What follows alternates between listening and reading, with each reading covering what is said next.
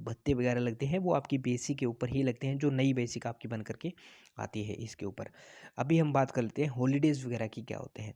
Mainly जो Railways हैं उनके अंदर हॉलीडे आपके जो नेशनल इवेंट होते हैं मोस्ट जो बहुत ज़्यादा इम्पोर्टेंट होते हैं, जैसे 26 ऑफ जनवरी, 15 अगस्त, दशहरा, दिवाली, उसके बाद आपका आ गया ईद, ठीक है। उसके बाद महावीर जयंती, गुरु नानक जयंती, क्रिसमस डे जो कि आपका इसी मंथ आने वाला है 25 ऑफ दिसंबर को। तो इस तरह के जो त्यौहार होते हैं इन पे है, जो कि आपके लगभग लगभग मेनली पूरे साल के अंदर जैसे गांधी जयंती है, ठीक है, तो ये 2 अक्टूबर को। तो इस तरह के जो त्यौहार होते हैं इनके ऊपर आपको छुट्टी दी जाती है, नेशनल हॉलीडे आपके रहते हैं। अगर आप करना चाहें तो ठीक है, अदरवाइज़ अगर आप नहीं करना चाहते हैं तो हॉलीडेज़ के आपको पेमेंट किया जाता है, जो कि जब आप ज्वाइनिंग करेंगे और आपकी बेसिक के हिसाब से धीरे धीरे ये भी इंक्रीज होता रहता है। 300 रुपये, 350 रुपये, 400 रुपये, 500 रुपये, 800 रुपये, इस तरह से आपको हॉलीडे का भी जो पैसा है वो मिलता है अगर आप छुट्टी नहीं करते हैं तो ये जो मेनली जो हॉलीडे होते हैं वो लगभग मान के चले आपके 10 से 15 के बीच में आप मान लीजिए जो पूरे साल के अंदर आपके दौरान होते हैं। उसके बाद छुट्टी की अगर बात करें तो वीकली आपको एक जो रेस्ट है वो दिया जाता है, वीकली रेस्ट है आपको कंपलसरी है वो मिलना रहता है। और ये वीक में डिपेंड करता है कि किस दिन आपको दिया जाता है, ये फिक्स नहीं है कि जैसे बैंकिंग की तरह संडे को आपको दिया जाएगा, ऐसा फिक्स नहीं है। It will depend upon your staff की स्ट्रेंथ क्या है उसके हिसाब से, क्योंकि हमारी जो सर्विस है रेलवे की वो एक पब्लिक सर्विस है। पब्लिक सर्विस होने के दौरान यहाँ पे 24/7 जो है चलना रहता है इसको, तो यहाँ पे मैनेज किया जाता है कि एक एक दिन का रेस्ट जो है वो पूरे स्टाफ के अंदर डिवाइड करके दिया जाता है। किसी दिन 2 लोग कर लेंगे, किसी दिन 3 लोग कर लेंगे, किसी दिन 4, और फिक्स रहता है आपका रेस्ट क्या इस दिन आपका रेस्ट होना है, और आपके साथ 2 लोगों का, 3 लोगों का, या आप सिंगल पर्सन का, तो इस तरह से ये रेस्ट रहता है। अब मैं आपको लीव वगैरह की बात कर लेते हैं। लीव अगर बात करें तो आपको काफ़ी सारी लीव रेलवे के अंदर प्रोवाइड की जाती है। सबसे पहले मैं सीएल की बात कर लेता हूँ। सीएल आपकी कैजुअल लीव होती है। इन लीव को कच्ची छुट्टी भी बोल दिया करते हैं। तो इनके अंदर क्या होता है, ये लीव आपको पर ईयर 10 मिलती है, ये 10 मिलती है। ये छुट्टी अगर आप एक साल में यूज़ नहीं करते हो, जैसे जनवरी के अंदर ये आपको छुट्टी मिल जाएगी, और ये दिसंबर तक आपकी वैलिड रहती है, 31 दिसंबर तक। अगर आपको इसको इन बिटवीन यूज़ कर लेते हैं तो ठीक है, अदरवाइज़ ये आपकी लैप्स हो जाती है, ख़त्म हो जाती है, आपको ये छुट्टी ऐड नहीं होती नेक्स्ट ईयर के अंदर, ठीक है। अब मैं बात करता हूँ LAP, लीव एवरेज पे इनको बोला जाता है। अब ये छुट्टी आपको पहले वाले सिक्स मंथ का जो क्वार्टर है, 6 मंथ का, जनवरी से लेकर के और आपका जून तक का, उसके अंदर आपको 15 दी जाती है। वैसे ये छुट्टी हर मंथ की आपकी 2.5 छुट्टी ऐसे करके काउंट होती है पर मंथ की, ठीक है। 2.5 सवा 2 छुट्टी ऐसे आप इसको डिवाइड कर लेना पर मंथ, तो ये पर मंथ की छुट्टी आपको मिलती है कि आपने उस महीने इतना काम किया तो उस महीने की आपको इतनी छुट्टी दी जाती है। तो ये 2.5 छुट्टी इकट्ठी हो जाती है। उसके बाद नेक्स्ट जो सेशन है आपका जुलाई से लेकर के और दिसंबर का जो सेशन है उसके अंदर फिर आपको 15 छुट्टी ये दी जाती है।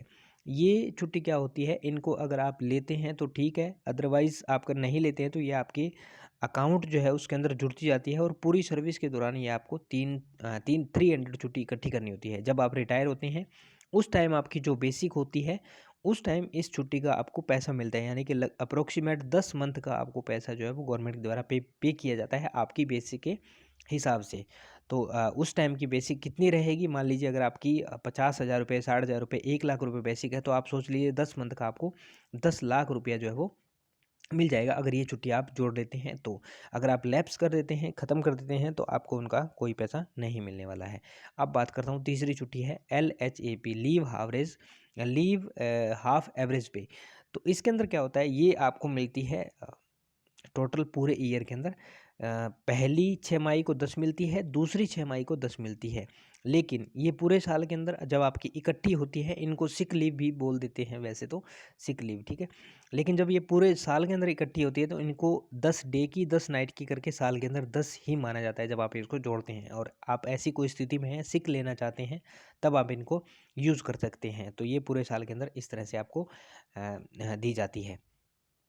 उसके बाद हम बात कर लेते हैं नेक्स्ट जो है हमारा, वो है प्रमोशन बता दिया मैंने, इंक्रीमेंट आपको बता दिया। अब आपको बात करते हैं दूसरी अगर कोई छुट्टी है, जैसे कुछ एक अगर लड़कियां जॉब करती हैं तो उनको मैटरनिटी लीव मिलती है, ठीक है। मैटरनिटी लीव के अंदर क्या होता है, जब वो कोई लड़की प्रेग्नेंट होती है तो उसको 6 मंथ की लीव मिलती है, ठीक है। जब उसको प्रेगनेंसी के दौरान 6 मंथ की लीव मिलती है, और उसी समय अगर कोई लड़का होता है, मान लीजिए कोई बॉय है और उसको उसकी वाइफ को बच्चा होने वाला है और वो खुद जॉब के अंदर है, या उसकी वाइफ भी है, तो वाइफ को 6 महीने की मिल जाएगी और उसको खुद को भी 15 दिन की छुट्टी है वो मिलती है। लेकिन ये छुट्टी आपको जब तक आपका बच्चा 6 महीने का नहीं हो जाता, 6 मंथ का नहीं हो जाता, ठीक है, उसके बीच बीच में लेनी होती है। अगर 6 मंथ क्रॉस हो चुका है तब आप ये 15 छुट्टी नहीं ले सकते। और जो कोई लड़की है, लेडीज़ है, तो वो 6 महीने की छुट्टी चाहे तो वो अपनी प्रेगनेंसी के दौरान ले सकती है, चाहे उससे 2 महीने पहले और 4 महीने बाद तक ले सकती है। तो इस तरह वो डिपेंड अपॉन उसकी सिचुएशन के वो कैसे हैंडल करते हैं ये 6 मंथ की छुट्टी। और इस छुट्टी के दौरान आपको आपकी सैलरी नहीं काटी जाती है, और 15 दिन की छुट्टी के दौरान आपको सैलरी आपकी नहीं काटी, ये छुट्टी आपको दी जाती है। और अदर भी काफ़ी सारी लीव्स हैं जो जैसे अगर आपको ड्यूटी के दौरान, आप ड्यूटी कर रहे हैं और ड्यूटी के दौरान अगर आपको छुट्टी चोट लग जाती है या कुछ इंसिडेंट हो जाता है, उस दौरान आपको लीव दी जाती है, वो आपके डिपार्टमेंट से आपको अप्रूव होती है। तो इस तरह की छुट्टी होती है, और भी कई सारी छुट्टियाँ होती हैं। तो ये मैंने छुट्टी के बारे में बात कर ली है। अब रिटायरमेंट की तक के बेनिफिट की हम बात करते हैं, क्या क्या बेनिफिट आपको मिलते हैं। आपको छुट्टियां मिल गई, एचआरए मिल गया, डीए मिल गया, टीए मिल गया, और अदर जो प्रमोशन वगैरह है वो मिल गए।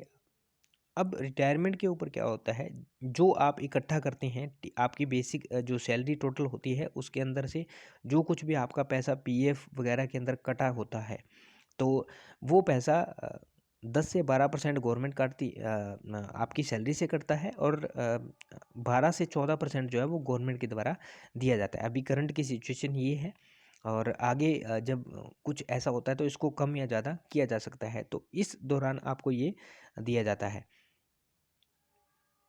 ये जब आप रिटायरमेंट होते हैं तो ये पैसा आपको इकट्ठा होकर के मिल जाता है, ये आपका रिटायरमेंट का बेनिफिट के तौर पे होता है। लेकिन ये पैसा आपको पूरा नहीं मिलता, क्योंकि अभी जो न्यू जितनी भी ज्वाइनिंग हो रही है 2004 के बाद से, वो सभी न्यू पेंशन स्कीम के अंदर आते हैं, एनपीएस के अंदर आते हैं। तो उनका जो पैसा होता है कुछ परसेंट, 50-60% उनको दिया जाता है, और 40 to 50% गवर्नमेंट अपने पास रखती है। तो उसके हिसाब से फिर आपको जो रिटायरमेंट की पेंशन बोलते हैं वो दी जाती है। तो दोस्तों ये थी इसके अंदर कंप्लीट इन्फॉर्मेशन, हमने जाना इसके बारे में, सैलरी स्ट्रक्चर के बारे में, और फर्स्ट सैलरी के बारे में। और लगभग अगर फर्स्ट सैलरी की बात करूं तो आपकी अप्रोक्सीमेट 27,000 आ जाएगी। ये मिनिमम से मिनिमम मैंने बात की है, ठीक है। अगर आप इसमें घर वगैरह जो नहीं लेते हैं, तो मान लीजिए रेलवे का क्वार्टर अगर नहीं लेते हैं तो ये आपकी इतनी आ जाएगी, मिनिमम से मिनिमम है। और आपकी सैलरी वो 35,000 तक हो सकती है अगर आप दिल्ली जैसे शहर में रहते हैं, तो क्योंकि आपका एचआरए वहाँ पे इंक्रीज हो जाता है, और उसके हिसाब से आपके टोटल जो अदर अलाउंसेस है वो सारे आपको बढ़े हुए मिलते हैं। और अब जो अदर चीज़ें हैं तो वो आपकी बेसिक पे ही डिपेंड करती है। दोस्तों ये थी वीडियो आपके लिए। अगर वीडियो अच्छी लगी हो और अगर कोई डाउट आपका रह चुका हो तो इसके अंदर आप मेरे से पूछ सकते हैं, कमेंट सेक्शन में कमेंट कर सकते हैं। उम्मीद करता हूँ जानकारी अच्छी लगी है। अगर जानकारी अच्छी लगी तो वीडियो को लाइक करना, दोस्तों के साथ शेयर करना। मिलते हैं नेक्स्ट वीडियो में नेक्स्ट अपडेट के साथ। तब तक के लिए जय हिंद, जय भारत, वंदे मातरम साथियों।